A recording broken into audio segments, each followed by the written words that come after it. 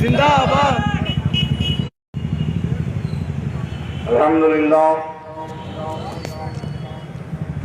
الحمدللہ الذی کفا وسلام علی عبادہ الذین اصطفیٰ. اما بعد قال اللہ تعالی فی القرآن المجید والفرقان الحمید إلى النبی الحبیب الکریم.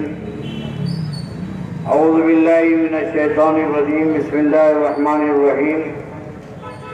ان الذین یؤذون اللہ ورسولہ لعنهم اللہ فی الدنیا والآخرہ. صدق اللہ مولانا العظیم وبلغنا رسولہ النبی الامین الکریم. ونحن على ذلك لمن الشاهدين والشاکرین والحمد للہ رب العالمین.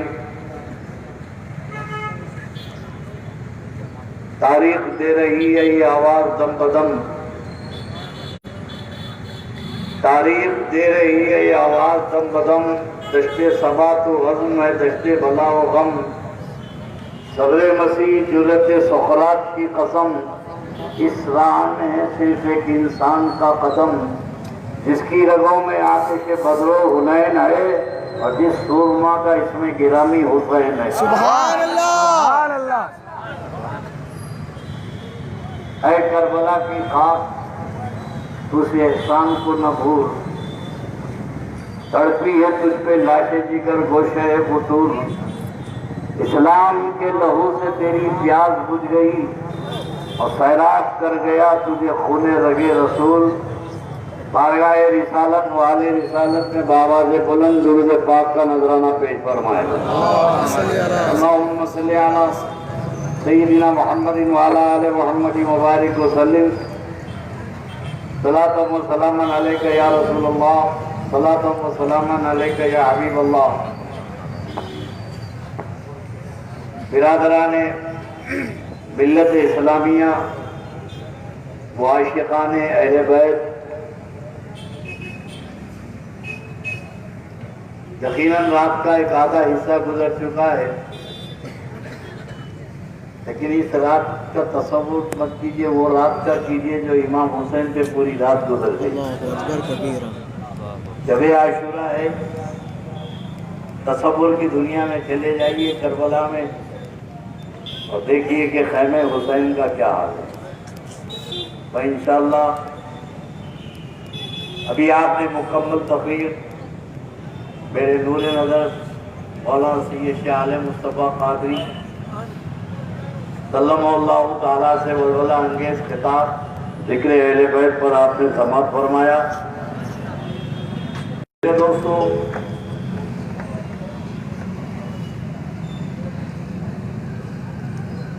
کسی کے گھر میں تو کوئی حادثہ ہوتا ہے، کسی کا باپ ختم ہو گیا، بھائی ختم ہو گیا، بیٹا ختم ہو گیا، تو وہ غم بھی محدود ہوتا ہے. ایک گھر میں حادثہ ہوا تو گھر والوں کا صدمہ ہے، گھر والوں کا غم ہے. اور یہ خدا کی قدرت ہے کہ اللہ غم بھی دیتا ہے تو ساتھ میں صبر بھی دیتا ہے، ورنہ ایک کے پیچھے ایک سب چلے جاتے. آپ نے دیکھا ہے کسی کے باپ کا انتقال ہو گیا، کسی کے بیٹے کا انتقال ہو گیا، تو بیٹے کا یہ عالم ہوتا ہے کہ سنبھل نہیں پاتا ہے. لوگ سمجھاتے ہیں، سنبھالتے ہیں، لیکن کتنی تسلی دو وہ قابو میں نہیں آتا ہے، مزاج ہم سے ہو جاتا ہے. لیکن یہ کب تک؟ دفن تک.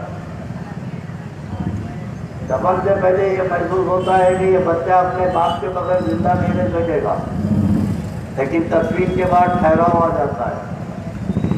گھر آتے ہیں، اہلیہ اقارب سے ملاقات کرتے ہیں، پھر رات میں تھوڑی دیر والد کو یاد کر کے رو لیتے ہیں. دوسرے دن غم اور کم ہوتا ہے، تیسرے دن کم ہوتا ہے. پھر 2-3 دن کے بعد گھر کے معمولات ویسے ہی جاری ہوتے ہیں جیسے پہلے سے تھے. یہی پھر خدا کی قدرت پر یقین کرنا پڑتا ہے کہ اللہ جب صدمہ دیتا ہے، غم دیتا ہے، تو صبر کی بھی قوت اللہ عطا فرماتا ہے. صدمے کو برداشت کرنے کی بھی قوت اللہ عطا فرماتا ہے. میرے دوستو، کوئی بھی غم ایک وقتی ہوتا ہے، لیکن یہ اہل بیت اطہار کا کیسا غم ہے کہ جو 1400 سال ہو گئے آج تک امت نہیں پوری۔ سبحان اللہ۔ 1400 سال ہو گئے، دنیا کوشش کر رہی ہے کہ یہ دن کو بھلائے، لیکن عشق اہل بیت میں جو زندہ رہتے ہیں، اس شمع کو اپنے قلب میں روشن کیے ہوئے ہیں کہ مرتے مر جائیں گے، ہمیں حسین کو نہیں چھوڑیں گے۔ سبحان اللہ۔ یہی غم تو ہمارے جینے کا سہارا ہے، اور محشر میں منہ دکھانے کی ایک صورت پیدا ہو جائے گی۔ کربلا ایک واقعہ نہیں ہے، قیامت تک کے لیے امت کو، دنیا کو ایک درس ہے۔ کوئی واقعہ اچانک ہوتا ہے،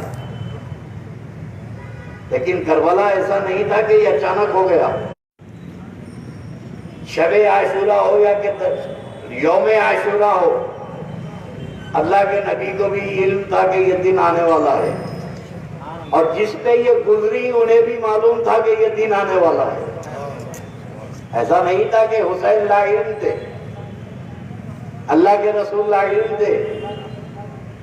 میرے آقا علیہ السلام کے سینے پہ حسین اور حضور کے صاحبزادے طیب یا طاہر کی کھیل رہے ہیں، اور حضور دونوں شہزادوں سے اپنے صاحبزادے سے، سیدہ فاطمہ کے لخت جگر اپنے نواسے سے محبت کر رہے ہیں، لپٹا رہے ہیں، پیار کر رہے ہیں۔ اسی ہفتہ میں جبرائیل آئے اور آگے اللہ کے نبی سے کہنے لگے کہ یا رسول اللہ، آپ دونوں سے محبت کرتے ہیں، فرمایا کہ یہ میرا بیٹا ہے، یہ میری بیٹی کا بیٹا ہے جبرائیل، تو ان دونوں میں سے کسی ایک کو آپ اختیار کیجیے، اللہ چاہتا ہے کہ ان کی جدائی آپ سے کر دے، یا تو بیٹے کو قبول کیجیے یا نواسے کو۔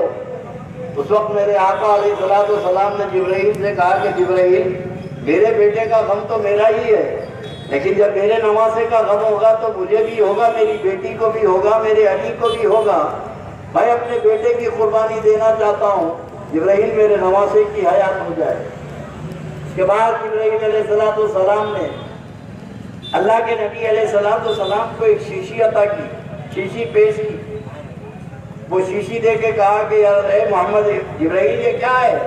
بولے اے محمد عربی، یہ اس مقام کی مٹی ہے جہاں آپ کا یہ لخت جگر شہید ہوگا اور آپ کی امت اسے قتل کرے۔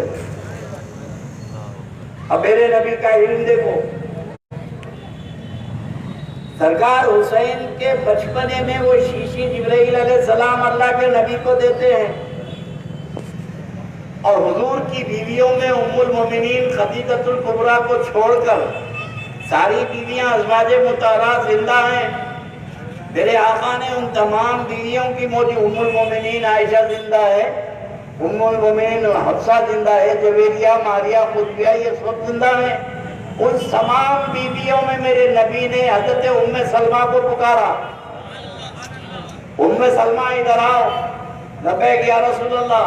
میرے آقا نے فرمایا سلمہ یہ شیشی اپنے پاس رکھنا، اور جب اس کا رنگ لال ہو جائے تو سمجھ جانا کہ میرا بیٹا کربلا میں شہید ہو گیا ہے۔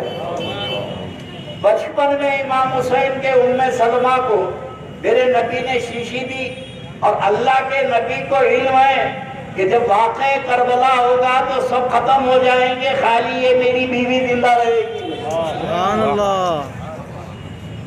متفقہ امر تھا۔ اللہ کے نبی علیہ السلام ہر وقت اپنے شہزادے کے گلے کو چوما کرتے تھے۔ لوگوں نے کہا یا رسول اللہ، کوئی رخسار کو چومتے ہیں، کوئی پیشانی کو چومتے ہیں، اور میرے آقا آپ ہمیشہ حسین کے گلے کو چومتے ہیں، یہ اشارہ تھا کہ یہ گلا میرے دین کے لیے قربان ہوگا۔ میرے دوستو، واقعات کربلا مسائل بیان کرنے کا وقت نہیں ہے، میں بنیادی باتیں چند آپ کے سامنے عرض کروں گا۔ ایک کربلا کا واقعہ، جیسے میں نے بتایا کہ میرے نبی نے ہر وقت امت کو یہ بتا دیا تھا کہ یہ واقعہ ہونے والا ہے، یہ میرے گھر پہ یہ گزرنے والی ہے، یہ مصیبت آنے والی ہے۔ اللہ کے نبی علیہ السلام کا ارشاد ہے اللہ قدر البلایا، جتنا بڑا امتحان ہوگا اتنا بڑا انعام ہوگا. اور اللہ کے رسول علیہ السلام فرماتے ہیں کہ اشد الناس بلاء الانبیاء ثم الامثل ثم الامثل، سب سے سخت ترین امتحان پیغمبروں کا ہوتا ہے، اس کے بعد جو جس درجے کا ہوتا ہے اس درجے کا اس کا امتحان ہوتا ہے. اب حسین اعظم کا درجہ کتنا بڑا ہے سبحان اللہ کہ اللہ رب تبارک و تعالیٰ نے سب سے زیادہ بہت ہی کٹھن امتحان لیا. میرے دوستو، جنگ کے کچھ اصول ہیں. تاریخ اسلام میں جتنی جنگیں ہوئی ہیں، بیمار نہیں گئے، بچے نہیں گئے، بوڑھے نہیں گئے، عورتیں نہیں گئی، مگر کربلا کا واقعہ معرکہ ایسا ہے جہاں علی اصغر بیمار جیسے بھی چلے گئے، امام حسین جیسے بوڑھے بھی چلے گئے، اور معصوم علی اصغر جیسے معصوم بچہ بھی چلا گیا. تو یہ تاریخ اسلام کا. اور کچھ جنگیں ایسی ہوتی ہیں کہ آدمی جیتتا ہے، اور کچھ جنگ ایسی ہوتی ہے آدمی ہار کے جیتتا ہے. کربلا میں یزید جیت کے ہارا اور حسین ہار کے جیتے. سبحان اللہ یا حسین یا حسین یا حسین. 1400 سال. ابھی کربلا کے واقعے کی ضرورت میں آپ کو بتا دوں کہ کیوں ضروری تھا. میرے دوستو، ایک ہے عیشا، غور سے سنیے، ایک ہے اشاعت اسلام. کیا ہے؟ اشاعت اسلام، اسلام کی تبلیغ، اشاعت. اور ایک ہے حیات اسلام. ایک ہے اشاعت اسلام کہ نبی کو اگر بچانے کی طاقت تھی تو کربلا میں اپنے نواسوں کو کیوں نہیں بچائے؟ کہ کونے پجڑے میں کھڑے دے کے یہ سلفیت کے مارے جو سنتے ہیں وہ پھیلاتے ہیں کہ اگر رسول اللہ کو طاقت ہے بچانے کی تو کربلا میں نواسوں کے کیوں نہیں بچائے؟ میرے دوستو، بچنے بچانے کا معاملہ، مدد کا معاملہ کب آتا ہے؟ ایک ہے کلاس روم اور ایک ہے ایگزام ہال. ایک ہے کلاس روم اور ایک ہے ایگزام ہال. کلاس روم میں سال بھر شاگرد استاد سے پوچھتا ہے اور شاگرد اس کو بتاتا ہے، استاد بتاتا ہے. کبھی استاد غصے میں نہیں آتا، کیوں بار بار پوچھ رہا ہے. صبح سے لے کے شام تک 10 مرتبہ اسٹوڈنٹ اپنے ٹیچر سے سوال کرے، مدد مانگے، وہی استاد اس کو جواب دیتا رہے گا. لیکن سال جب گزر گیا، اب ایگزام ہال ہے، اب وہی شاگرد کھڑے رہ کے استاد سے پوچھے کہ استاد ذرا مدد فرما دیجئے، اس کا مسئلہ حل کر دیجئے، تو استاد بولے گا مدد کا وقت گزر چکا ہے، اب یہ امتحان کا ہے. سبحان اللہ سبحان اللہ. یہ امتحان کا ہے، مدد کا وقت جا چکا ہے، اب تو امتحان دینا ہے. تو مدینہ کلاس روم تھا اور کربلا امتحان کا تھا. سبحان اللہ. امام حسین نبی سے پوچھتے رہے اور نبی بتاتے رہے، مدد مانگتے رہے. اور حضرت عباس کی تو خود روایت ہے کہ سرکار حضرت عبداللہ ابن عباس فرماتے ہیں کہ عاشورے کے دن میں قیلولہ کر رہا تھا، سو رہا تھا، اچانک میں نے بھیانک خواب دیکھا، خطرناک. میں نے یہ دیکھا کہ اللہ کے نبی علیہ السلام کی داڑھی مبارک گرد و غبار میں ہے اور سرناب کے چہرے پاک پہ عجیب غم و نڈھال کا حال ہے، اور اللہ کے رسول روتے روتے آنکھیں سرخ ہو گئی ہے. یہ وحشت ناک خواب دیکھ کر میں نے اللہ کے نبی سے پوچھا کہ یا رسول اللہ، میرے ماں باپ قربان حضور، یہ آپ کیا حال ہے آپ کا؟ آپ کے کپڑے اور آپ کی داڑھی مبارک پہ ریت ہی ریت ہے اور آپ کے آنسو روتے روتے سرخ ہو گئے. تو فرمایا کہ عباس، صبح سے میں کربلا میں تھا، صبح سے میں کربلا میں تھا، اپنے نواسوں کے خون کو اس شیشی میں جمع کر رہا تھا. بیدار ہو کے حضرت عبداللہ ابن وہ خون اہل بیت اطہار کا جو کربلا میں گرا خون کی وہ قطروں کو شیشے میں جمع کیا، شیشی میں لوگوں نے پوچھا کہ اے سید المفسرین اس کی تعبیر کیا ہے؟ تو فرمایا کہ میدان محشر میں جب امت پکڑی جائے گی تو اہل بیت کے ایک ایک خون کے بدلے میرے آقا اپنی امت کی شفاعت فرمائیں گے۔ سبحان اللہ، سبحان اللہ۔ یا حسین، یا حسین۔ میرے دوستو ایسا نہیں ہے کہ کربلا کا واقعہ اچانک ہو گیا، اور ایک جب اسلام مکے اور مدینے میں پھیل رہا تھا، تبلیغ ہو رہی تھی، اور تبلیغ میں پورے صحابہ کے ہاتھ لگے۔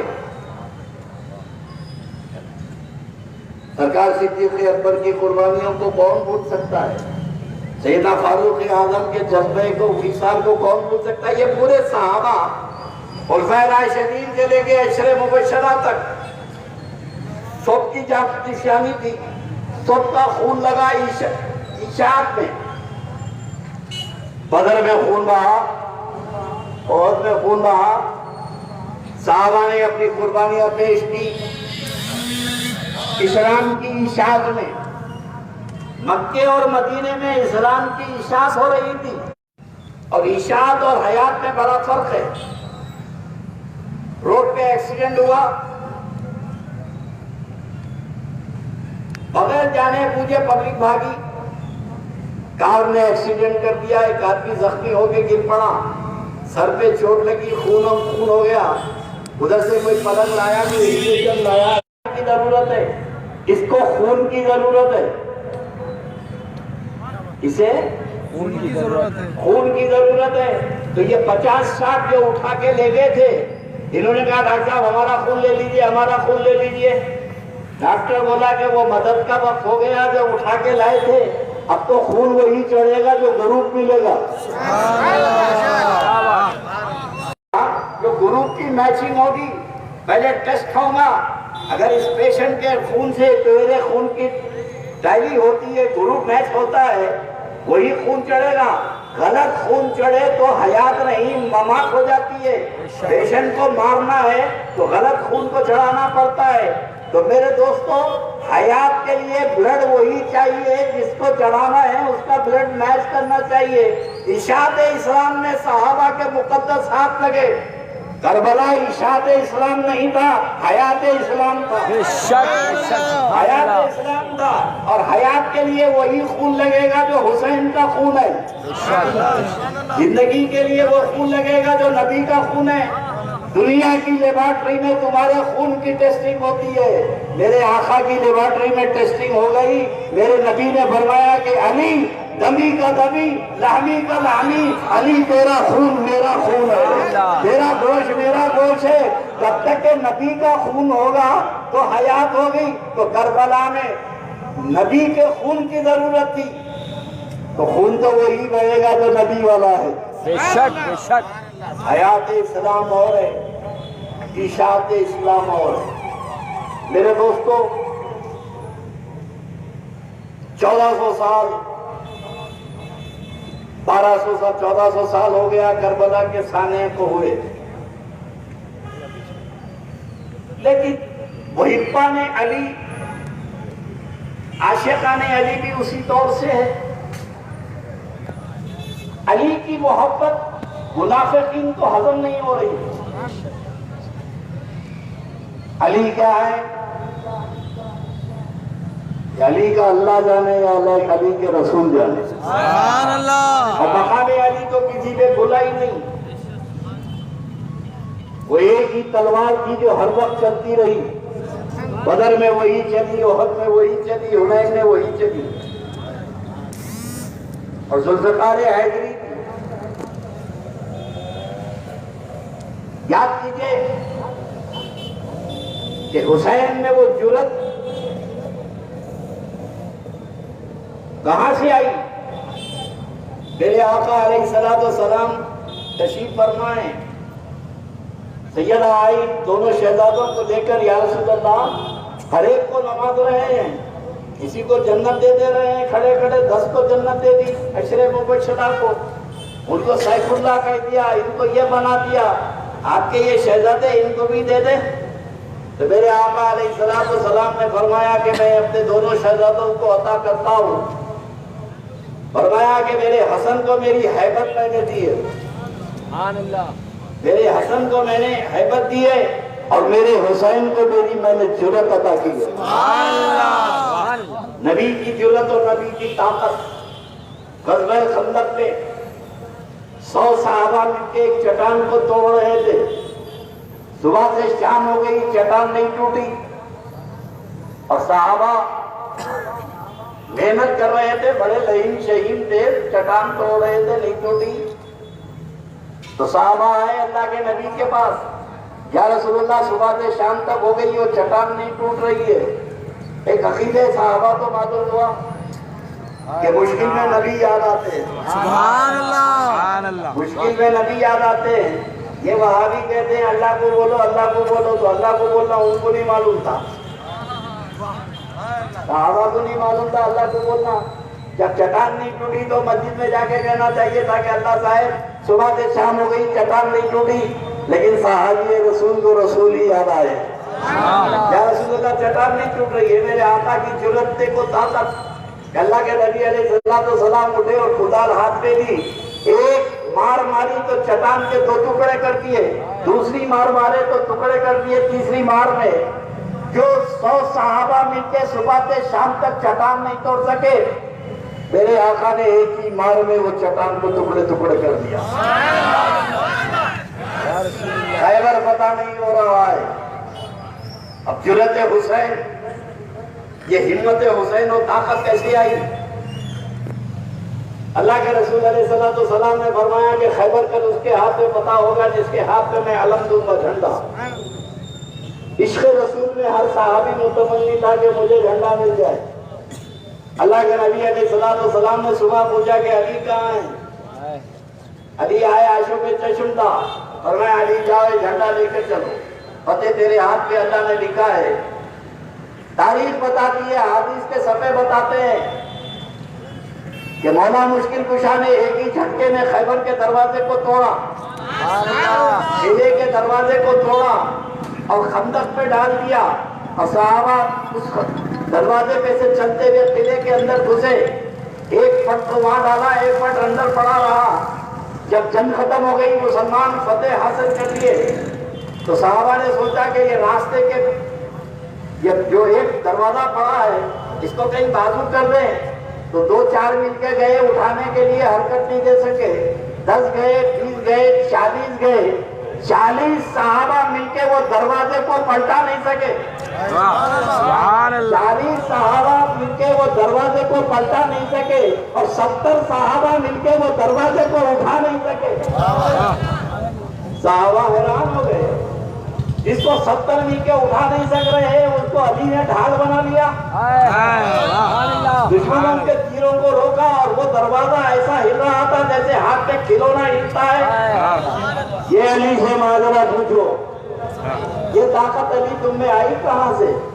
یہ ماجرا معلوم کرنے کے لیے علی کے کیمپ میں آئے، تو علی جانتے تھے کہ میری طاقت دیکھ کر یہ دھوکہ نہ کھا جائیں، کہیں غلو نہ کر جائیں۔ مولا مشکل کشا کے کیمپ میں آئے تو مولا مشکل کشا نے خنبر سے کہا، خنبر یہ سوکھی روٹی میں توڑنے کی کوشش کر رہا ہوں، یہ روٹی نہیں ٹوٹتی ہے، اس کو پانی میں بھگا دے، یہ روٹی نہیں ٹوٹتی ہے، اس کو پانی میں بھگا دے۔ تو یہ آنے والے سوال کرنے آئے تھے کہ ابھی یہ طاقت کا معاملہ کیا ہے؟ وہ تو خیبر کا دروازہ اکھاڑ کے پھینکنے والا جس کے ہاتھ سے روٹی نہیں ٹوٹ رہی ہے، جرأت کر کے پوچھے علی یہ کیا ہے، وہ کیا ہے؟ فرمایا یہ علی ابن ابی طالب کی طاقت ہے، اور وہ خدا کی طاقت ہے۔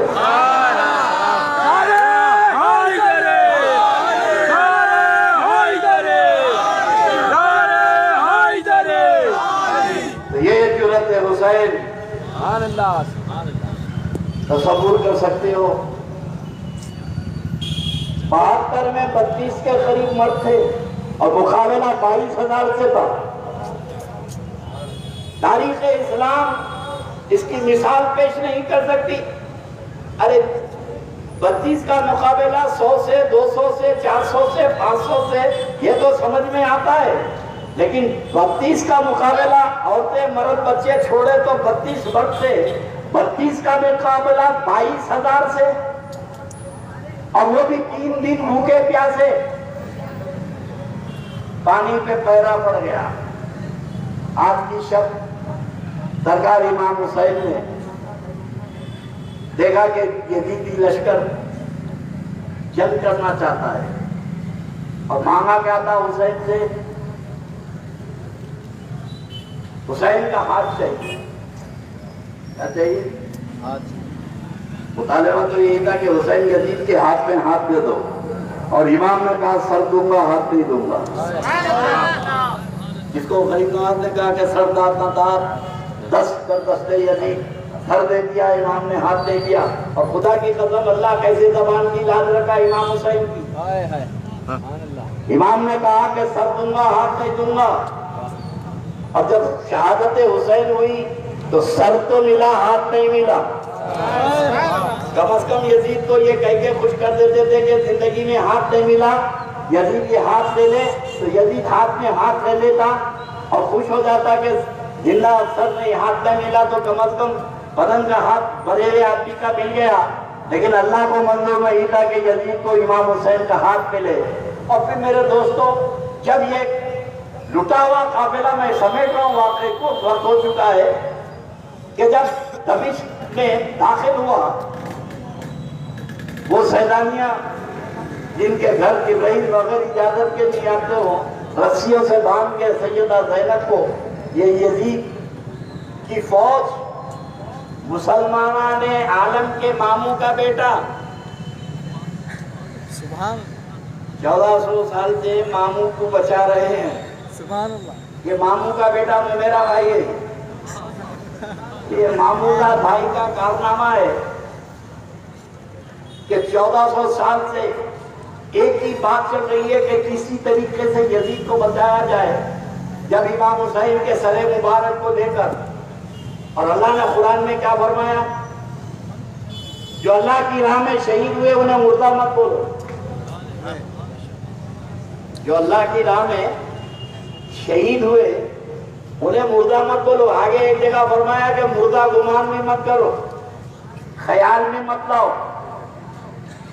امام حسین کے سر مبارک کو لے کر یزیدی قافلہ جب دمشق کی طرف چلا تو دمشق سے پہلے کسی شہر میں وہ قافلہ رات کو رکا،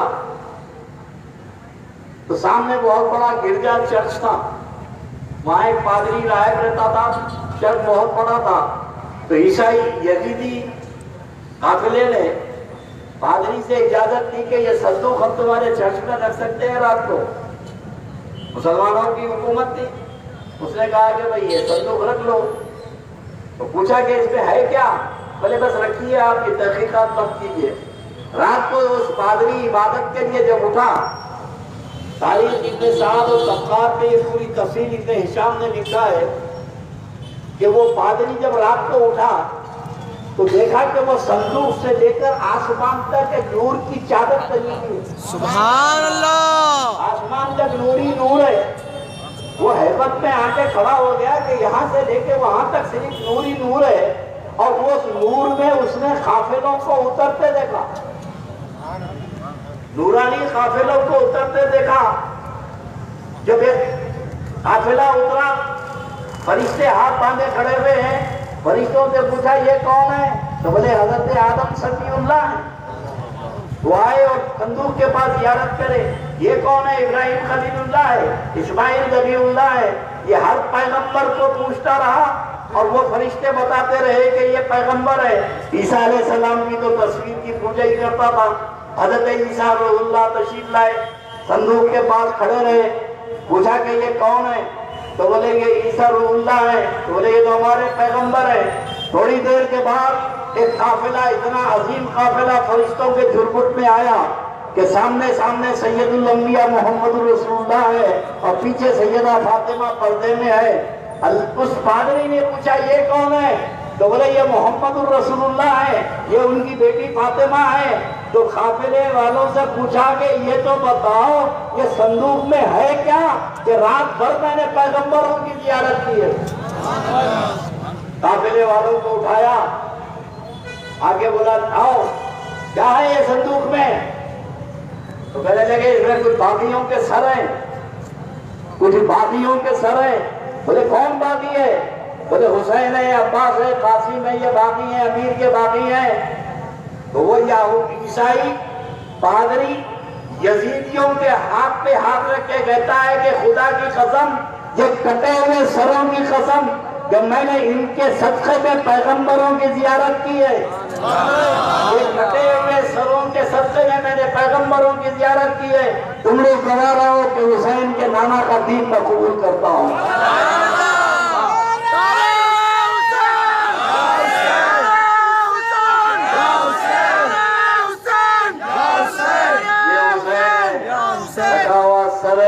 تبلیغ جاری.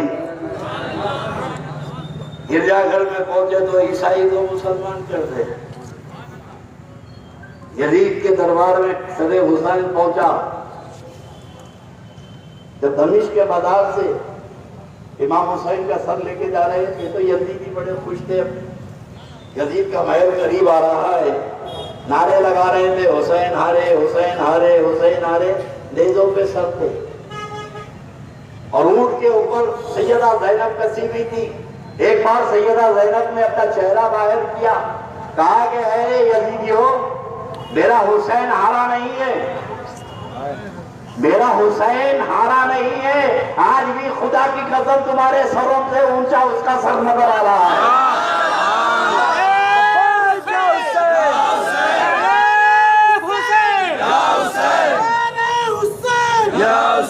اتنی ضرورت نہیں ہے کہ سر کٹے ہوئے سر کو بھی نیچا کر سکے, اللہ نے کٹے ہوئے سر کو بھی بلندی عطا فرمائی. یہ ہے کامیابی. یقیناً اللہ سلامت رکھے آپ کے دل پہ ایمان کو, عشق اہل بیت کو. ایک سہارا ہے بچنے کا, بے شک بے شک, نجات کی کوئی صورت نہیں. اور یہ گارنٹی میں نے نہیں دی, اللہ کے نبی نے دی. میرے دوستو, ایک اہم بات آپ کو بتانے سے پہلے تھوڑا سا میں آپ کو بتا دوں کہ بھائی یہ اہل بیت علی علی بولنے کا فائدہ کیا ہے. سبحان اللہ. آدمی تو بڑا فائدہ مند ہوتا نا, بزنس مین ہے, کمرشیل ہے, آپ کو فائدہ معلوم ہونا چاہیے کہ بھائی اس کے اہل بیت کا فائدہ کیا ہے, ریٹرن کیا ہے. نماز پڑھے تو جنت مل رہی ہے, ہر کام کا صلہ جنت ہے. تو یہ اہل بیت کے عشق کی اتنی دعوت کیوں دیتے ہیں, محبت اہل بیت کیوں ضروری ہے؟ میرے دوستو, دنیا کے ہر عمل میں گڑبڑ ہوئی تو قضا کا وقت ہے. میں نماز میں بھول ہو گئی تو قضا کر لیے, روزے میں بھول ہو گئی تو قضا کر لیے, حج میں بھول ہو گئی تو فدیہ دے دیے, دم دے دیے.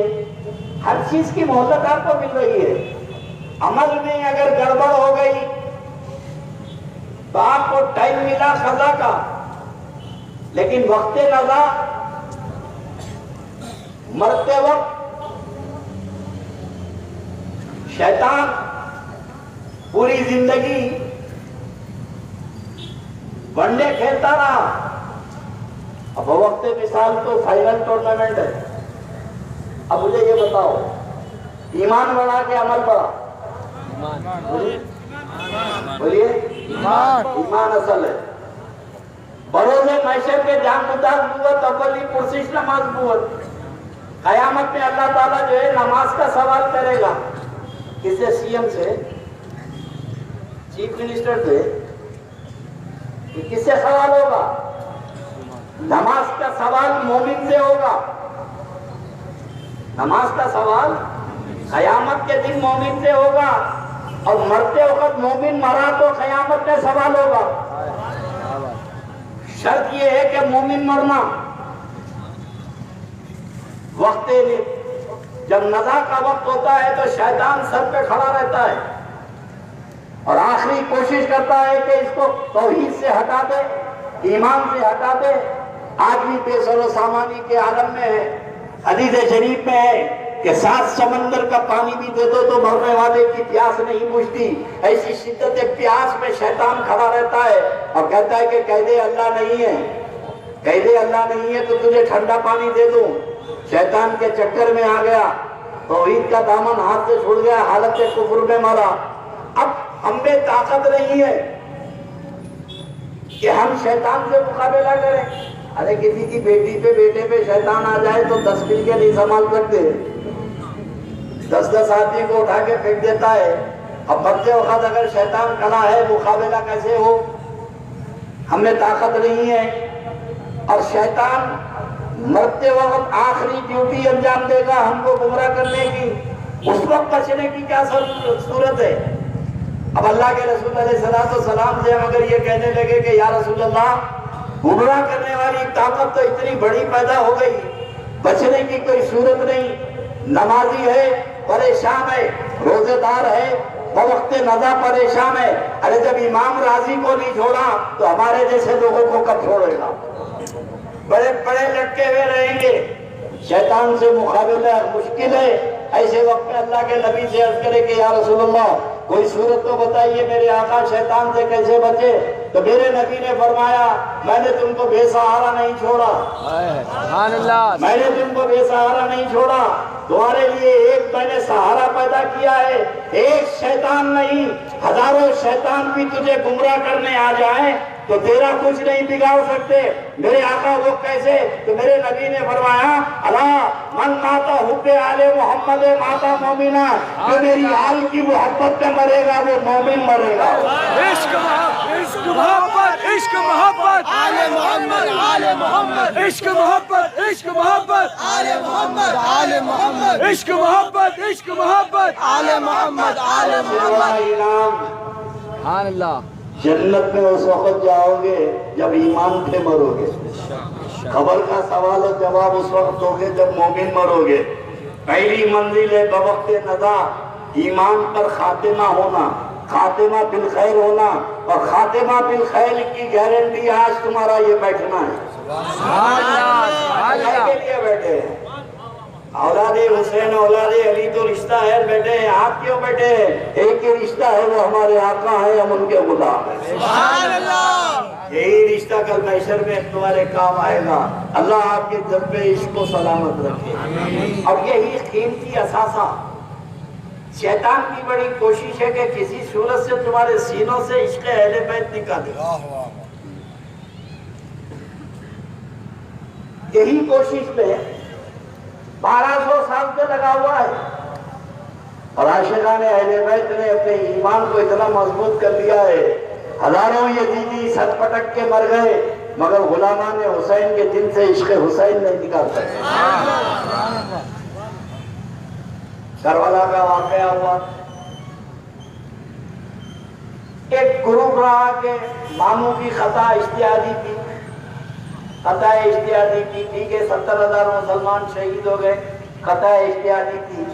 اب رہا بیٹے کا مسئلہ، یہ کون سے کھاتے میں ڈالیں گے؟ اسے کچھ لوگوں نے کہا کہ کلپ وائرل ہو رہی ہے پاکستان کے پپا کی، پاکستان کے پپا کی یہ کلپ ویڈیو پہ وائرل ہو رہی ہے. اب 10 دن کے یہ پپا ہیں، 360 دن کا وہاں پپا ہے. اب یہ پپا تو 2 دن کے بعد اٹھ جا رہے ہیں، وہ تو بیٹھا ہوا ہے. فرق یہ ہے کہ یہاں کی سو لے آ کے وہاں لگا دو. مسئلہ بتا رہے ہیں. کوشش یہ ہے کہ 10 محرم کے واقعے کو ہلکا کریں، یزید کا راستہ صاف کریں. مگر ہمت نہیں پڑ رہی ہے کہ یزید کا راستہ صاف کرنے کی. والد کا راستہ تو صاف کر لیے، زبان پہ تالے لگوا دیے. اب بیٹے کے لیے کیا کریں؟ اگر یہ کھڑے رہ کے بولے صبح شنلے ہرے شنلے اے یزید بھی صحیح ہے تو لوگ پکڑ کے ماریں گے.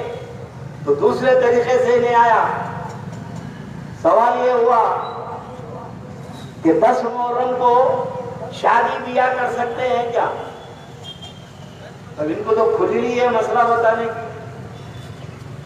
بولے ہاں ایسی کوئی ممانعت نہیں ہے، شادی بیاہ خوشی سب کر سکتے ہیں، مطلب ہے کہ غم منانا نہیں چاہیے۔ اب دو جملے میرے غور سے سنیے، متحم جواب دے رہا ہوں۔ 10 محرم کو غم نہیں منانا چاہیے، یہ حرام ہے۔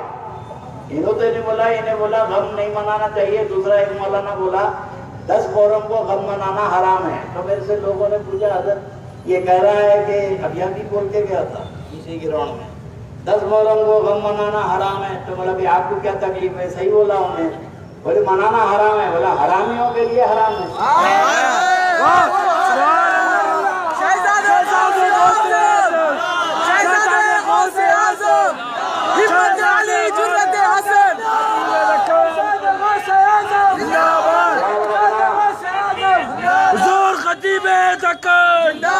کوئی حرامی ہمیں حسین رکھ نہیں سکتا، اور رکھا تو حرامی رہ نہیں سکتا۔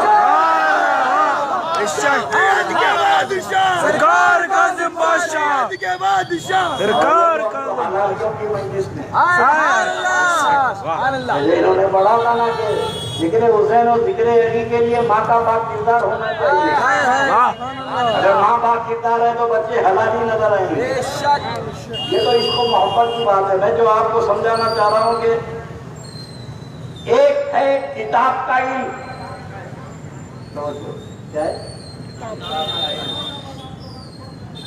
کتاب کا جو علم حاصل ہوتا ہے وہ دماغ سے کتاب پڑھی جاتی ہے۔ ایک ہے دل کی کتاب، وہ ہے عشق کی کتاب۔ ایک ہے مومنین کا مسئلہ، اور مومن جب ترقی کرتا ہے تو مقام عشق میں پہنچتا ہے۔ مومنین کا مسئلہ اور ہوتا ہے، عاشقوں کا مسئلہ اور ہوتا ہے۔ سبحان اللہ۔ توجہ، میں وقت نہیں ہے آپ کو بتا دوں کہ عشق اور عقل دونوں میں کبھی یکسانیت نہیں رہی۔ دماغ کچھ بولا، دماغ نے رہنمائی کی، صحیح رہنمائی کی تو غزالی راضی پیدا ہو گئے، اور اسی دماغ نے غلط رہنمائی کی تو گنگوئی نانکوی تاغی پیدا ہو گئے۔ سبحان اللہ۔ یہ صرف دماغ کا مسئلہ ہے۔ دماغ اگر صحیح چلے تو وہی کتاب تمہاری رہنما بن جاتی ہے، اور دماغ اگر شیطان کے قبضے میں چلے جائے تو وہی کتاب تمہارے لیے جہنم کا ایندھن بن جاتی ہے۔ تو 2 باتیں ہوئی۔ عقل کہہ رہی ہے رک جاؤ، نمرود نے آگ روشن کر دی۔ عقل کا تقاضا ہے کہ دہکتی آگ سے دور رہو۔ عقل کہہ رہی تھی ابراہیم آگ سے دور رہو، عشق کہہ رہا تھا کود جاؤ۔ عشق کہہ رہا تھا کود جاؤ، بے خطر کود پڑا آتش نمرود میں عشق۔ عقل ہے میوے تماشائے لبے بام ابھی، عقل کے تقاضے اور ہوتے ہیں، عشق کے بولیے عشق کے تقاضے اور ہوتے ہیں۔ عقل دیکھ رہی ہے کہ باپ کے ہاتھ پہ چھری ہے اور رسی ہے، بیٹے کے ہاتھ کو باندھا گیا اور ہاتھ میں چھری ہے۔ عقل پکار کے بولی اسماعیل بھاگ جاؤ۔ عشق کہنے لگا کہ صبر کا مظاہرہ کرو، لیٹ جاؤ۔ تو عقل کچھ اور کہتی ہے، عشق کچھ اور کہتا ہے۔ تو عشق کا معاملہ الگ ہوتا ہے اور عشق کی کتاب ہی الگ ہوتی ہے۔ اور عاشقین کو دلیل کی ضرورت ہے، پھیلاؤں گا نہیں، مضمون صرف 2 باتیں نمونے کے طور پہ۔ اور یہ صحابہ کی مقدس زندگی میں کتاب سے زیادہ عشق کا غلبہ تھا۔ جتنی جگہ ہوئی یہ عقل سے نہیں ہوئی، عشق نے کروایا۔ لوگوں کو بیماری ہے، بخاری سے کم پہ راضی نہیں ہوتے ہیں، بخاری عشق کی بات بتا کے آگے اپنے مضمون کو بتا دو۔ بخاری شریف کتاب الوضو کیا ہے بخاری شریف کتاب الوضو، وضو کے مسائل ہیں، اس کے اندر وضو کے بارے میں حدیثیں ہیں۔ امام بخاری رضی اللہ تعالیٰ عنہ حدیث بیان کر رہے ہیں کہ وضو کے کیا کیا طریقے ہیں، چہرہ دھونا، پاؤں دھونا، ہاتھ دھونا، مسح کرنا۔ اچانک ایک حدیث بیان کرتے ہیں امام بخاری جو چیپٹر سے کوئی تعلق نہیں رکھتی، عنوان سے کوئی تعلق نہیں رکھتی۔ امام بخاری کہتے ہیں کہ اللہ کے نبی علیہ السلام جب کھکار کے تھوکتے وضو میں تو صحابہ تھوک کو زمین پہ گرنے نہیں دیتے، ہاتھ میں لے کے چاٹ لیتے۔ صحابہ زمین پہ گرنے نہیں دیتے، ہاتھ میں لے کے چاٹ لیتے۔ اور وہی حضرت انس کی روایت لاتے ہیں بخاری میں کتاب الوضو میں کہ اللہ کے نبی جب پاؤں دھوتے تو صحابہ برتن گھر سے لاتے اور اللہ کے رسول کے دھوئے ہوئے پانی کو لے کے خود پیتے اور گھر والوں کو پلاتے۔ بات ہے کتاب الوضو کی۔ کتاب الوضو وضو کے مسائل ہیں۔ اللہ کے رسول علیہ السلام جب وضو فرماتے سرکار جاتا انہوں چاٹ لیتے، دوسرے صحابی کو سرکار کا تھوکے مبارک نہیں ملتا تو وہ صحابی کا ہاتھ پکڑ کے چاٹتے۔ دیکھ لینا بخاری میں کتاب الوضو میں۔ اب میں تم سے پوچھتا ہوں، صحابہ جیسی مقدس جماعت، اللہ تم سے راضی ہے، کوئی گارنٹی ہے؟ بولو بھائی نہیں ہے، مگر ان سے تو اللہ راضی ہے نا۔ رضی اللہ عنہ و رضو عنہ، اللہ ان سے راضی وہ اللہ سے راضی۔ قرآن نازل ہو رہا ہے، کہیں پر بھی قرآن کی کوئی آیت نہیں ملے گی کہ اے مسلمانوں میرے نبی وضو کر رہے ہیں تھوک لے کے چاٹ لو، پاؤں کا پانی لے کے پی لو۔ اللہ نہیں بولا، سبحان اللہ۔ قرآن میں کوئی آیت نہیں ہے کہ سلفیوں سے پوچھو قرآن میں کہا ہے، قرآن میں کہا ہے۔ ہم سے کیا پوچھ رہا؟ ابو بکر صدیق سے پوچھ، ہم سے کیا پوچھ رہا؟ حضرت عمر سے، صحابہ سے پوچھ، ہم سے کیا پوچھ رہا؟ چوراہے پہ بڑے بازار میں کھڑے رہ کے قرآن میں ہونا چاہیے۔ قرآن میں تمہارا ذکر ہے نا؟ ہے، مطلب بالکل ہے۔ اللہ تعالیٰ آپ کو فرما رہا ہے بعد ذالک ظنین، محبوب تیرا گستاخ خرابی النسل ہے۔ آپ کا تو ذکر ہے قرآن پاک میں۔ کیا بات، آپ قرآن میں بہت شوق ہے دیکھنے کا تو دیکھ لو۔ اب اللہ کے رسول علیہ السلام وضو فرما رہے ہیں، صحابہ لے کے چاٹ رہے ہیں، اللہ نہیں بولا۔ اور صحابہ وہ مقدس جماعت کا نام ہے جو اللہ کی مرضی پہ چلتے ہیں، اللہ کے حکم پہ چلتے ہیں، اللہ کی رضا پہ زندگی گزارتے ہیں، اپنے نفس کی کبھی پیروی نہیں کرتے۔ اب میں ان سے پوچھوں کہ جب اللہ نہیں بولا، قرآن میں کہیں نہیں بولا کہ میرے نبی کے وضو کا پانی چاٹ لو، پی لو، اچھا اللہ کے رسول بولے اے میرے صحابہ میں وضو کر رہا ہوں، میرے تھوک لے کے چاٹ لو، میرے پاؤں کا پانی لے کے پی لو، نہ اللہ بولا نہ رسول اللہ بولے تو صحابہ کرے کیوں؟ نہ قرآن میں ہے نہ حدیث میں ہے تو صحابہ کرے کیوں؟ تو ایک ہی جواب ملے گا، یہ کتاب کا مسئلہ نہیں ہے، یہ عشق و محبت کا مسئلہ ہے۔ اور عاشقوں کو دلیل کی ضرورت نہیں ہے، عاشق تو وہ کرتا ہے جو اس کا دل بولے، جو اس کا دل بولے۔ اب توجہ، اب یہ بپا نے کہا، پاکستان کے بپا نے، اور پاکستان سے سب پریشان ہے بھائی، سرحد پہ ہندوستان کی آرمی پریشان ہے، محلوں میں ہم پریشان ہیں۔ آتنکواد وہ نہیں ہے جو سرحد پہ ہنگامہ کر رہا ہے، آتنکوادی وہ بھی ہے جو ایمان پہ اٹیک کر رہا ہے۔ یہ عشق و محبت ہمارے قلوب سے اہل بیت کا نکال رہے ہیں۔ وہ سرحد کے آتنکواد سے خطرناک ہے، وہاں جان جا رہی ہے، یہاں ایمان جا رہا ہے۔ اپنے عشق و ایمان کی حفاظت کیجیے۔ اب پورے فتنے وہیں سے نکلتے ہیں، جتنے فرقے ہیں وہیں سے امپورٹ ہوتے ہیں۔ قادیانیت کا فتنہ بھی وہیں سے نکلا، خارجیت کا امام محمود الفاسی بھی وہیں سے نکلا، اور یہ بپا بھی وہیں رہتے ہیں۔ کہا کہ اس دن غم نہیں منانا، غم نہیں کرنا چاہیے. تو میرے دوستو ہر چیز کی ضد ہوتی ہے، ہر چیز کی ضد ہوتی ہے، اپوزٹ ہوتی ہے. رات ہے تو دن ہے، رات کی اپوزٹ دن ہے، دن کا اپوزٹ رات ہے، اندھیرے کا اپوزٹ روشنی ہے، بہادری کا اپوزٹ بزدلی ہے، سخاوت کی اپوزٹ بخیلی ہے. ہر چیز کی ضد ہے. اب غم نہیں منانا چاہیے تو غم کا اپوزٹ خوشی ہے، غم کا اپوزٹ. اب اس نے کہا کہ 10 محرم کو غم نہیں کرنا چاہیے، تو دل میں تو تھا یہ بولے کہ خوشی منانا چاہیے. یہ لفظ خوشی دبا گیا، خالی غم کو بریک لگا دیا. اس عقل کے پیدل سے پوچھ اگر غم نہیں کرے تو کیا ہوتے ہیں خوشیاں منانا چاہیے؟ حقیقت یہ ہے کہ یہ اس کی خارجیت ہے جو برسا برس چھپا کے رکھا، اور کبھی نہ کبھی اس کی خارجیت ظاہر ہو جا رہی ہے. اس سے پہلے تھوڑے دن پہلے بے خطا بے ریا بول کے اپنی خارجیت پھیلایا، پھر اب کے زمانے میں ایک نئی پیری پائی. تو میرے دوستو عشق اہل بیت وہ سرمایہ ہے. ایمان کے ڈاکو 24 گھنٹے اس فکر میں ہے کہ کس طریقے سے اس کو ختم کیا جائے. تو ایک چیز ہے 10 محرم کو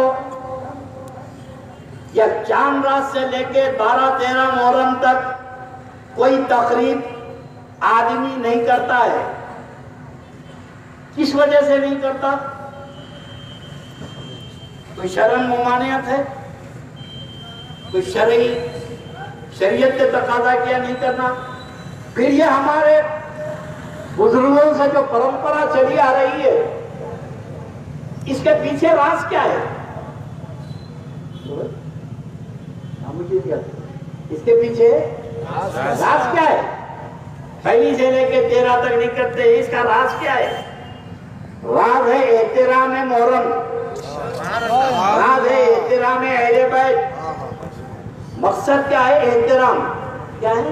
احترام. اور خدا کی قسم تمام فرقوں میں اہل سنت و جماعت کا کوئی مقابلہ نہیں کر سکتا جتنا ہمارے پاس احترام ہے کسی فرقے میں نہیں ہے. ہمارے مذہب کی بنیاد ہی احترام پر ہے، ہمارے عقیدے کی بنیاد احترام پر ہے. ارے خدا کی قسم ہمارا معمول تو یہ ہے کہ آج بھی سرزمین دکن میں پیٹھ کے پیچھے سے قرآن شریف لے گئے تو پلٹ جاتے ہیں. پیٹھ کے پیچھے سے قرآن شریف لے گئے تو پلٹ جاتے ہیں. کہیں لکھا ہے؟ پپا جی سے پوچھو کہاں لکھا ہے قرآن میں پیٹھ کے پیچھے سے قرآن لے گئے تو پلٹ جانا چاہیے؟ یہ مرتا مر جائے گا بتا نہیں سکے گا. نہیں، ایسی کوئی ممانعت نہیں ہے. یہ جذبہ کس نے پیدا کیا؟ یہ اللہ کے ولیوں نے تمہارے دل میں پیدا کیا. جاہل سے جاہل اگر قرآن نہیں پڑھتا ہے، پاؤں لمبا کر کے بیٹھا ہے، چھوٹا سا بچہ مولوی صاحب کے بعد پڑھنے قرآن شریف لے جا رہا ہے، اٹھ کے بیٹھ جاتا ہے یا پاؤں سیدھا کر لیتا. یہ تجھے قرآن کا ادب کس نے سکھایا؟ یہ میرے باپ دادا نے سکھایا. میرے باپ دادا کو کس نے سکھایا؟ اللہ کے ولیوں نے سکھایا. تو ہمارے مذہب کی بنیادی ادب پر ہے. اب سعودی عرب گئے نا، آپ لوگ دیکھے ہوں گے پاؤں کے اوپر قرآن شریف رکھ کے پڑھتا، جوتے کو قرآن شریف کو ملا کے ساتھ پکڑتا اور جوتے کے ریک میں قرآن شریف رکھ دیتا، کیونکہ وہ ادب نکل گیا. جب نبی کا ادب نکل گیا تو اللہ کے کلام کا بھی ادب نکل گیا. آپ جس قدر باادب ہوتے جائیں گے اس قدر آپ پر اپنے احکامات کی پابندی ہوتی جائے گی. تو میں عرض کر رہا تھا کہ ایک اجازت ہے، محرم میں آپ شادی کر سکتے ہیں، حکم نہیں ہے. اجازت ہونا اور ہے، حکم ہونا اور ہے. اب یہ پپا سے پوچھو بھائی 10 محرم کو شادی کرنے کا کوئی آرڈر ہے قرآن میں؟ کوئی حکم ہے؟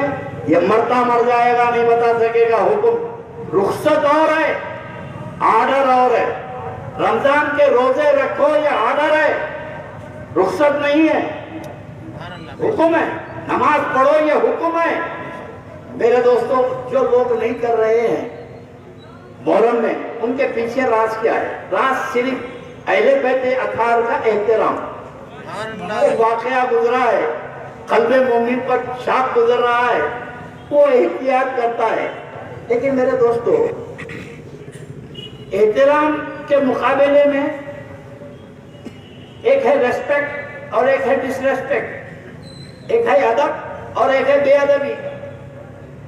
میرے بھائی یہ بتاؤ کہ محرم میں اگر کوئی عشق و محبت پہ کوئی پروگرام نہیں کرتا ہے، میں کچھ اور بتانا چاہتا تھا. اب سنیے یہ پپا کا جواب. خارجیوں کا امام ہے اور یہودیوں کا ایجنٹ ہے.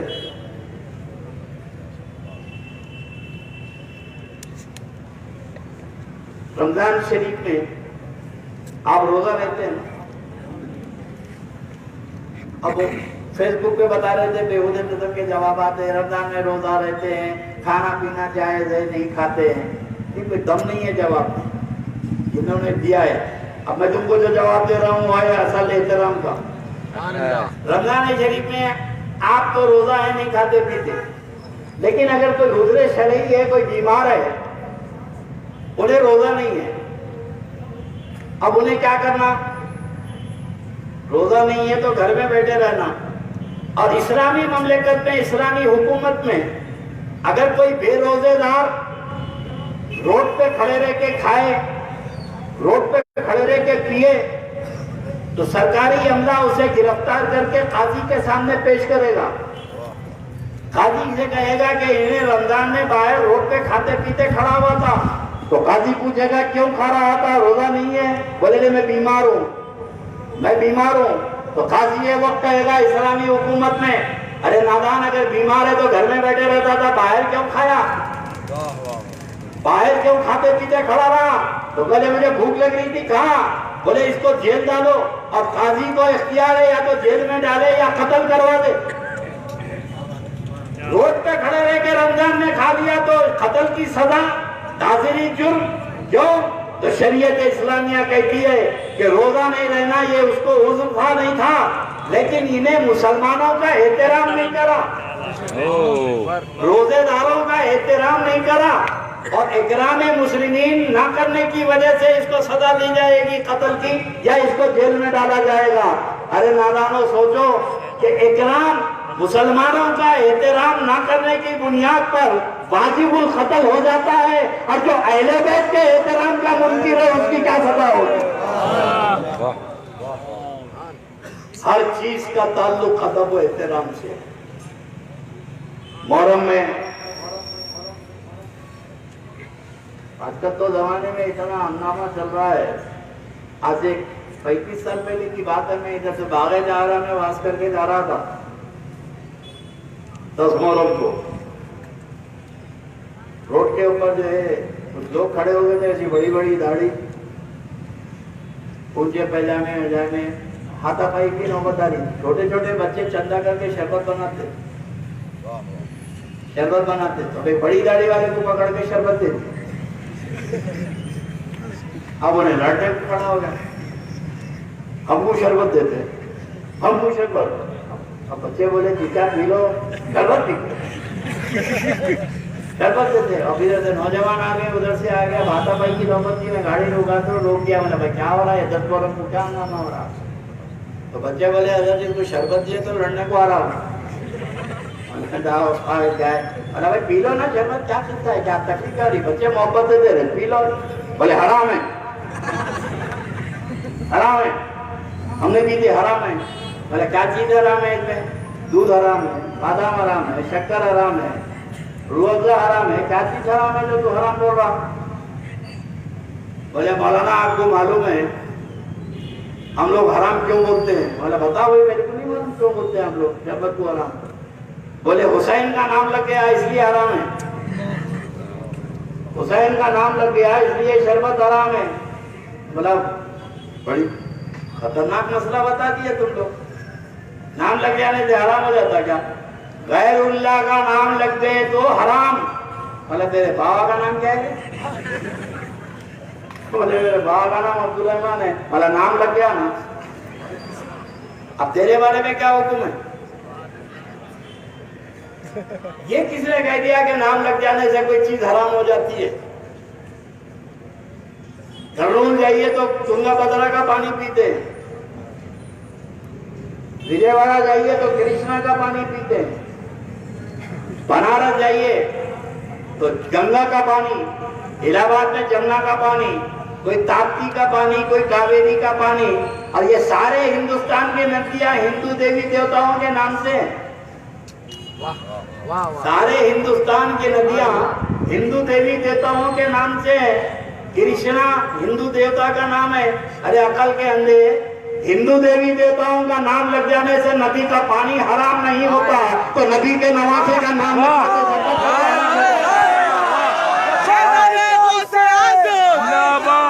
لبیک یا حسین، لبیک یا حسین، لبیک یا حسین، لبیک یا حسین، صادق غوث اعظم زندہ باد، صادق غوث شربت بنانے کا، پانی پلانے کا پیچھے وہاں بند کرے تھے، یہاں پلا رہے ہیں۔ اب ان کی اولاد کو کب پسند آئے گا کہ ہمارے باپ دادا بند کرے تھے، تم لوگ کیوں پلا رہے ہیں؟ خدا کی قسم گلی گلی سبیل حسین اس بات کی علامت ہے، یہ وابستہ نگان حسین آج بھی زندہ ہے۔ میرے دوستو، اللہ رب تبارک و تعالیٰ آپ کے جذبہ ایمانی کو سلامت رکھے، اور کل اعمال کی گڑبڑی ہوگی، پکڑے جائیں گے تو میدان محشر میں بچنے کی ایک صورت ہوگی کہ یا رسول اللہ کچھ نہیں کرے، شب عاشور آپ کے نواسوں کے غم میں شریک رہے۔ میرے دوستو، مسائل بیان کرنے کا وقت نہیں ہے، زندگی کا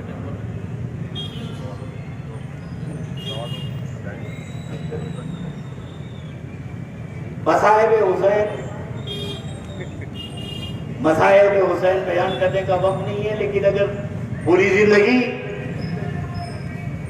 ذکر حسین میں صرف ہو جائے تو مناقب حسین بیان نہیں ہو سکتے۔ اللہ کے رسول علیہ السلام نے جن شہزادوں کی تربیت اس انداز پہ کی ہے کہ آقا و مولا علیہ السلام، اور پھر ایک بات یاد رکھے کہ اہل بیت اطہار کی محبت صرف آپ نے ہم نے نہیں کی ہے، اس معاملے میں صحابہ کے بہت آگے آگے تھے۔ صحابہ کی زندگی، یہ ہمارے پڑوس کے لوگ حضرت سیدنا فاروق اعظم کو بڑا بدنام کرتے ہیں۔ یوٹیوب پہ جائیے تو حضرت فاروق اعظم کے محرم شروع ہوتے ہی سرکار فاروق اعظم رضی اللہ تعالیٰ عنہ پہ شروع ہو جاتا ہے۔ ارے نادانو، عشق اہل بیت صحابہ میں کیسے تھا؟ ایک جنگ کے بعد مال غنیمت آیا، امیر المومنین خلیفۃ المسلمین سیدنا فاروق اعظم رضی اللہ تعالیٰ عنہ مجاہدین میں مال غنیمت تقسیم کر رہے ہیں۔ مال غنیمت اسے کہتے ہیں جو جہاد میں جو مال آتا ہے وہ مجاہدین میں تقسیم ہوتا ہے۔ سارے مجاہدین جو تلوار چلائے تھے جنگ میں اپنا حصہ لینے کے لیے آ گئے، اچانک دونوں شہزادے سرکار حسن و حسین آئے کہ امیر المومنین فاروق اعظم اٹھ کے کھڑے ہو گئے، شہزادوں کو قریب کیا اور فرمایا کہ اے ابن رسول اللہ، آپ آنے کی زحمت کیوں کریں، میں خود آپ کے دروازے تک آپ کا حصہ پہنچا دیتا۔ فرمایا امیر المومنین دے دیجئے ہمارا حصہ۔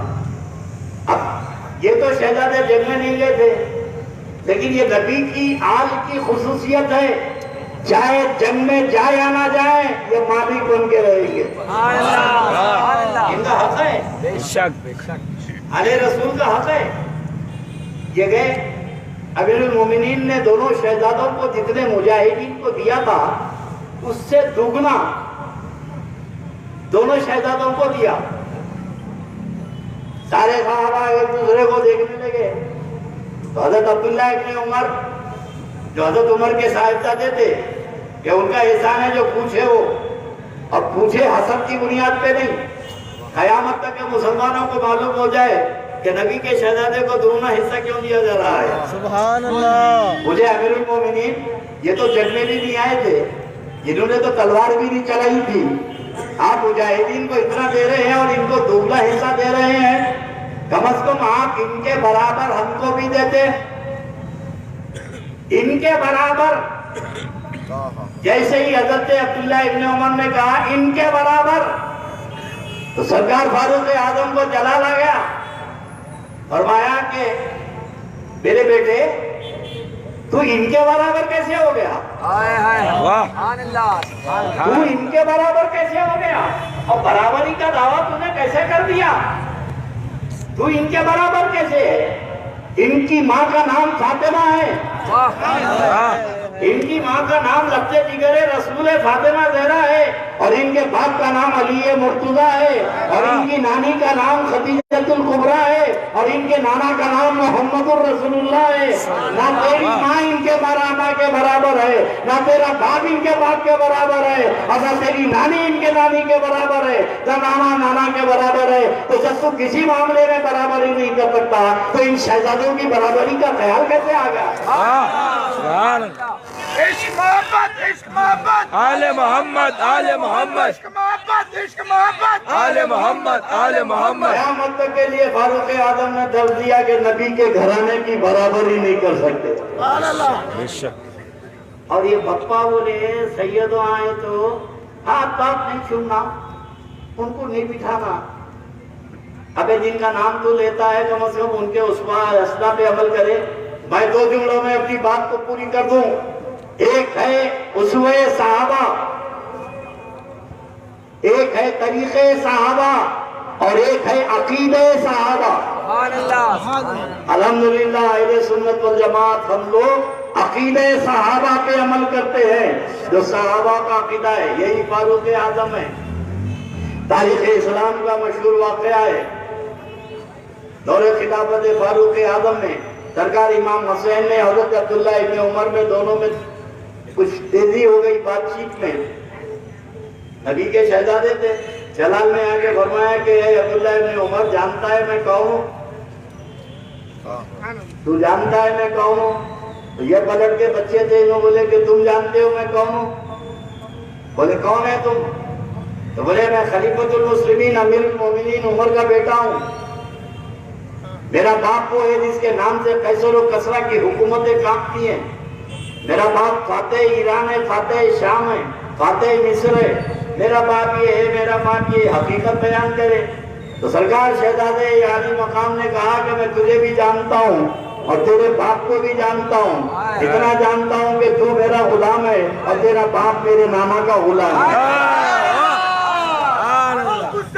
یا حسین، یا حسین، تو میرا غلام، تیرا باپ میرے نانا کا غلام۔ بچے تھے، حضرت عمر کے صاحبزادے روتے ہوئے اپنے والد کے پاس گئے، جا کے کہنے لگے کہ ابا جان، حسین ابن علی نے کہا کہ میں ان کا غلام ہوں اور آپ ان کے نانا کا غلام ہیں، کیا یہ صحیح ہے؟ تو سرکار فاروق اعظم سلطنت کا حکومت کا کام کرتے بیٹھے تھے، اٹھ کے کھڑے رہے، بولے بیٹے کس نے کہا یہ؟ بولے حسین نے کہا۔ کس سے کہا؟ بولے مجھ سے کہا۔ کہاں پر ہے وہ؟ بولے وہاں شہر میں کھیل رہے مسجد نبوی کے۔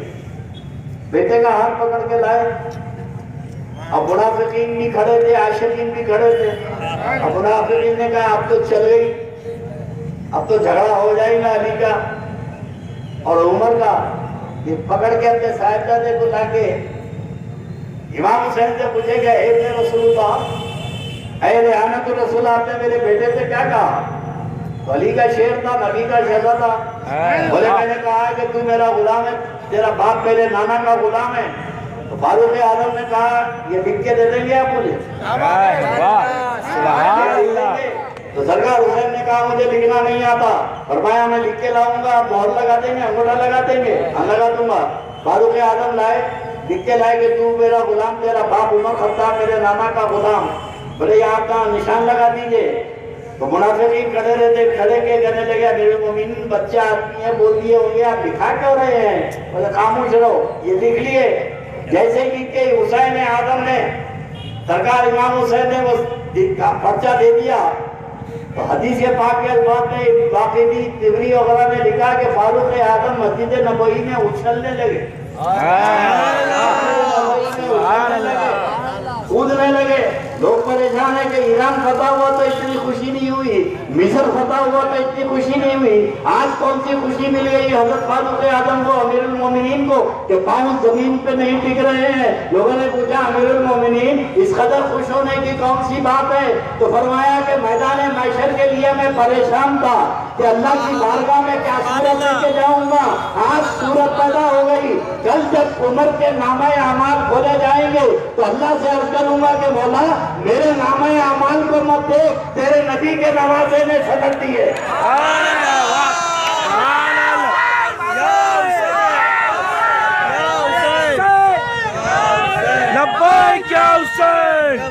تیرے نبی کے نوازے نے سند دی ہے کہ میں غلام محمد رسول اللہ. ارے عقل کے اندھو, اہل بیت سے کہاں بھاگ رہے ہو؟ جن کو ضرورت نہیں تھی ان کو اہل بیت کی ضرورت ہے. جن کو تیرے نبی نے بشارت جنت کی دی تھی, عمر تو جنتی ہے, ان جنتی کو بھی نوجوانان جنت کے سردار کی ضرورت پڑے. آج ہم غلاموں کو کس قدر ضرورت ہوگی. یہ سب سے بڑا قیمتی سرمایہ ہے عقیدہ صحابہ کے مطلب, عشق صحابہ. صحابہ نے جو رسول پاک علیہ السلام ان کے خاندان سے جو عشق کیا, وہابی ان کو اتنے یاد ہے. ایک بار اللہ کے رسول علیہ السلام کے پاس کچھ غلام آئے تو سیدہ فاطمہ گھر کے کام کاج سے بشکیزیں اٹھا کے لاتی تھی, ہاتھ چٹی پیستی تھی, بیٹے پڑ گئے تھے. علی شیر خدا نے کہا کہ سیدہ رسول اللہ کے پاس غلام قریب آئے ہیں, کچھ تم بھی مانگ لو. علی شیر خدا کے کہنے پہ میرے آقا کے پاس آئی, یا رسول اللہ کچھ کنیز مجھے دیجیے گھر کے کام کاج کے لیے. آپ کے نواسے چھوٹے ہیں حسن حسین, کام کاج میں میرا ہاتھ بٹانے کے لیے. میرے آقا نے فرمایا کہ سیدہ میں تم کو اس سے اچھی چیز دوں, اس سے اچھی چیز دوں, یا رسول اللہ عطا فرمائیے. تو فرمایا کہ 33 مرتبہ سبحان اللہ, 33 مرتبہ الحمدللہ, کہ تسبیح فاطمی جو پڑھتے نماز میں. فرمایا کہ سیدہ اس کو پڑھ لو کہ کنیز اور غلاموں سے بہتر ہے. بات آئی گئی, ختم ہو گئی. اب اللہ کے نبی نے بظاہر اپنی شہزادی کو کچھ نہیں دیا, غلام دیے نہ کنیز دیے. سرکار سیدنا صدیق اکبر کی بیوی اسماء بنت امیس سیدہ سے بڑی محبت کرتی تھی, اور اللہ کے نبی کو خوش کرنے کے لیے سیدہ کے گھر جا کے کام کرتی تھی. اللہ کے نبی کو خوشی ہوتی تھی, اسماء کہاں سے آ رہی ہو؟ یا رسول اللہ آپ کی شہزادی کے گھر کچھ کام کر کے آئی. اللہ کے نبی خوش ہوتے تھے, ان کے پیش نظر میرے نبی کی خوشی تھی. اکثر کام کرتی تھی. رمضان کا مہینہ ہے, شدید گرمی کا زمانہ ہے, سیدہ روزے سے ہیں. حضرت اسماء بنت امیس سیدہ کے گھر کام کرنے کے لیے گئی. سہارے دیوار کے چھاؤں سے پہنچی اور دروازہ کھٹکھٹایا دن کے دوپہر میں.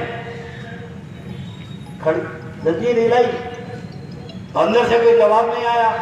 پھر زنجیر ہلائی, جواب نہیں آیا. دروازے کو کان لگا کے سنی تو چکی پیسنے کی آواز آ رہی ہے,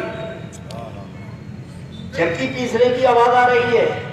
تو پھر زنجیر ہلائی, پھر جواب نہیں آیا. تو بازو کھڑکی سے آگے جھانکی تو دیکھا کہ سیدہ فاطمہ سو رہی ہیں اور شہزادے جھولے میں ہے. جھولا دیا جا رہا ہے, دینے والا نظر نہیں آتا. جھولا شہزادوں کو دیا جا رہا ہے, دینے والا نظر نہیں آتا. اور چکی پیسی جا رہی ہے, چکی سے آٹا نکل رہا ہے, پیسنے والا نظر نہیں آتا. یہ منظر دیکھی تو بھاگ لیتے ہوئے اللہ کے نبی کے پاس آئی. کہنے لگی کہ یا رسول اللہ آپ کی بیٹی کے گھر میں نے عجیب ماجرا دیکھا ہے. فاطمہ تو سو رہی ہے, چکی پیسی جا رہی ہے, آٹا نکل رہا ہے, شہزادے جھولے میں ہے, جھولا دیا جا رہا ہے, دینے والا نظر نہیں آتا. تو میرے نبی نے مسکرا کے فرمایا کہ اسماء میری بیٹی روزے سے تھک کے سو گئی تھی تو اللہ نے جبرائیل کو چکی پیسنے کے لیے بھیجا ہے. سبحان اللہ, یا زہرا. جبرائیل چکی پیسنے کے لیے آئے ہیں اور حسنین کو میکائیل جھولا دینے آئے ہیں. میرے نبی نے فرمایا کہ فاطمہ تجھے قدیس کیا دوں, تجھے غلام کیا دوں, میں نے تو تیرے گھر کی ڈیوٹی کے لیے سید الملائکہ کو لگا دیا.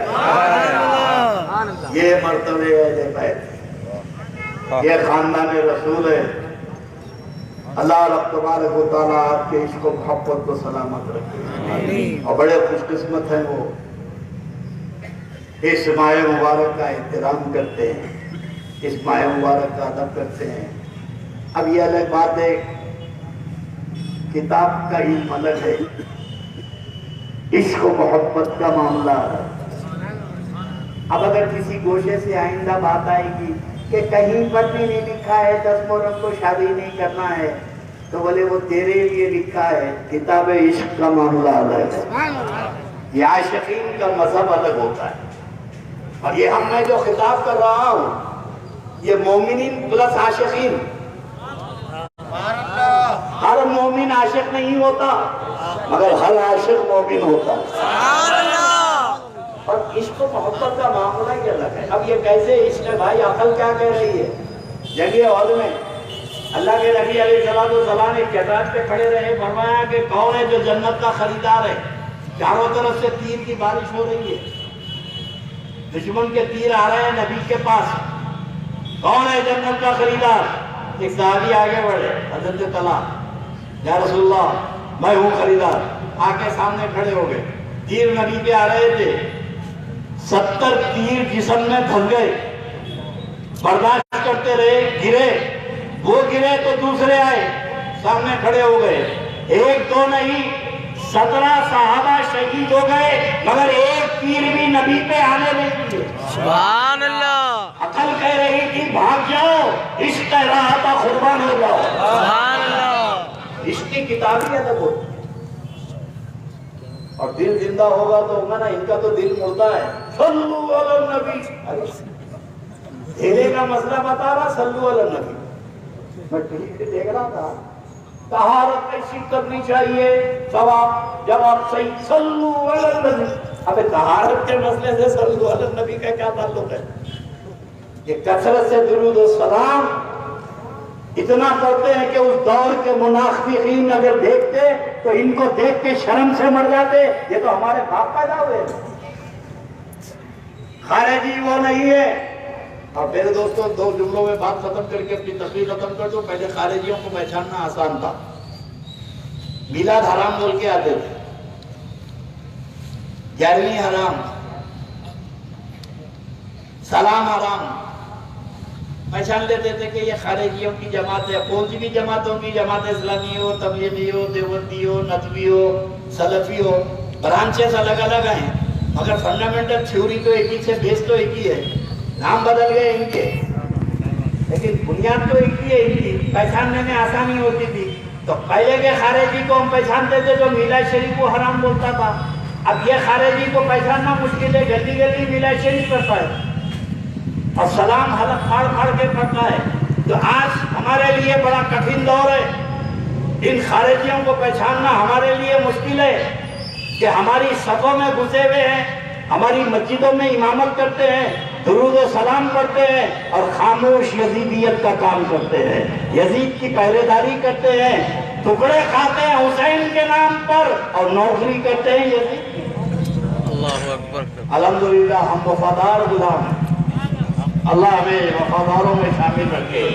اور میں تو دعا دوں گا ان نوجوانوں کے لیے کہ یہ ذکر حسین کی مجلس یہاں پر منعقد کی ہے، اللہ تبارک و تعالیٰ ان کے جذبے کو، خدمت کو قبول فرمائے، آمین۔ اللہ ان کو یہاں پر بھی مولا حسین کے ساتھ رکھے اور محشر میں بھی امام حسین کا سایہ ان کے سر پہ سایہ بھی، یہاں پر بھی رہیں تو حسین حسین کہتے رہیں اور قیامت میں چلے تو دامن حسین پکڑ کے چلے۔ اللہ تبارک و تعالیٰ جتنے حاضرین یہاں پر جب آئے ہیں، سحری کا بھی وقت ہے، جو لوگ سحری کرنا چاہتے ہیں آپ حضرات کے لیے میں وقت بچا رہا ہوں تاکہ گھروں میں جا کے آپ سحری کر لیں۔ پروردگار ہماری عبادت کو، ہماری بیٹھک کو، ہمارے ذکر کو قبول کر لیں۔